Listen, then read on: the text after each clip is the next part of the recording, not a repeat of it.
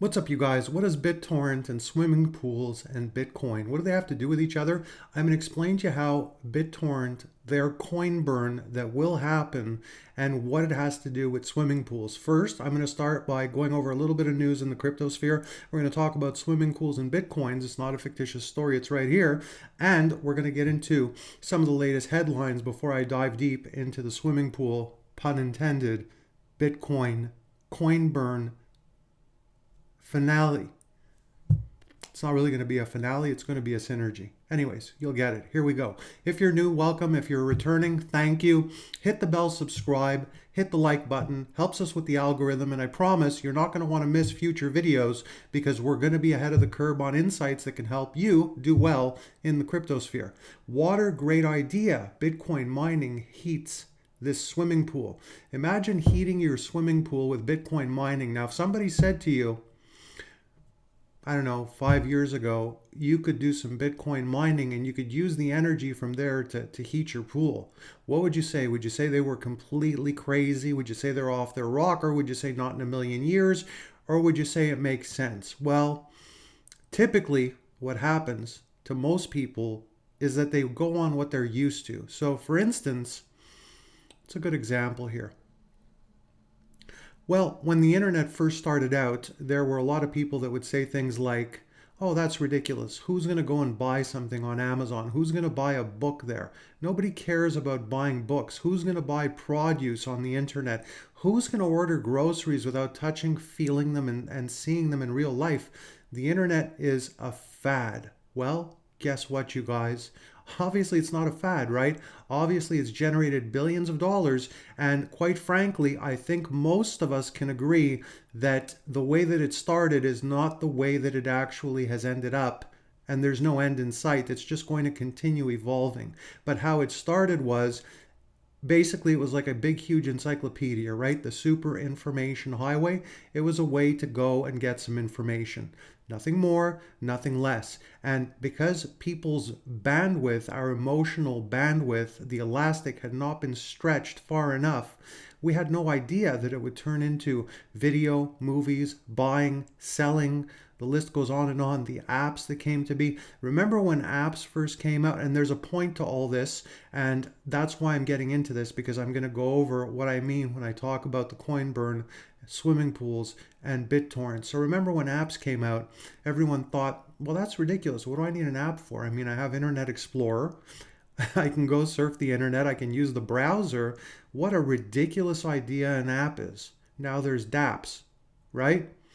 Okay, so let's read the article a little bit and then I'll get more into it as well. So, a Bitcoin miner is heating his entire swimming pool so that his kids can swim, all while securing the Bitcoin network and making money. A Bitcoiner has pulled off another mining innovation. The waste heat generated by mining Bitcoin is used to warm his swimming pool.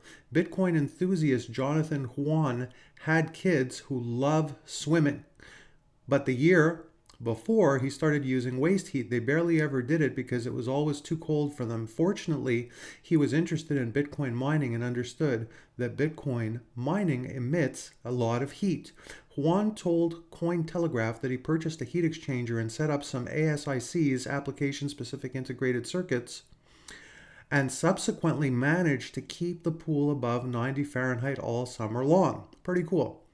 The process works by immersion, which simultaneously cools the ASICs while reclaiming that waste heat and putting it to practical applications such as heating living, working spaces, pools, or anything that could benefit from up to 60 Celsius or 140 Fahrenheit of heat. It's a pretty interesting setup he's got going on there. However, when the China ban happened and the difficulty adjustment dropped, Juan made a tricky decision. Do I mine less Bitcoin or turn the swimming pool into a bathtub? The difficulty adjustment has since risen to new heights and his kids are able to swim again. Plus, Juan has made money mining, and interestingly, the best part is the pool acted as a perfect heat buffer. In fact, using Bitcoin miners to heat a swimming pool is more effective than traditional methods. It keeps the temperature swings over a 24-hour period down to only 1 Fahrenheit to 2 Fahrenheit, despite ambient temps swinging over 40 Fahrenheit on some days. Interestingly enough, I prefer my pool. It's in ground, but I do need a new heater. Based in Minnesota, the upper Midwestern United States, Juan has kept the pool toasty even in cold temperatures. Interesting. I'm getting to the BitTorrent in a second. Juan recommends anyone with a pool to do the same, as it's the perfect use case scenario for waste heat. Now that his home mining setup has gone swimmingly, Juan is now building a pool-specific tank that will be rated to run pool water through the heat exchanger directly. ASICs now heat Juan's home, and he's turned a passion project into a profession. His Bitcoin mining company, Coin Heated, is dedicated to burning Bitcoin miner waste heat into productive heat. Excuse me. So the plan is now to bring pool heating projects to other homes, and he's in conversation with manufacturers of heat exchangers that will be able to make something that won't corrode the chemically treated pool water. In the meantime, the kids are able to enjoy his home swimming pool warmed courtesy of proof of work. So nobody would expect something like that. Now, do you really believe, because people ask me also, why is the float so big, and why would they do a coin burn after they pretty much just gave birth a zillion times over? So I want you to ask yourself a question. Are the powers that be and the first file exchange network, or one of the first, arguably, if not the first, to actually exist and swap files on the internet the way NFTs are going to work, are they that dense?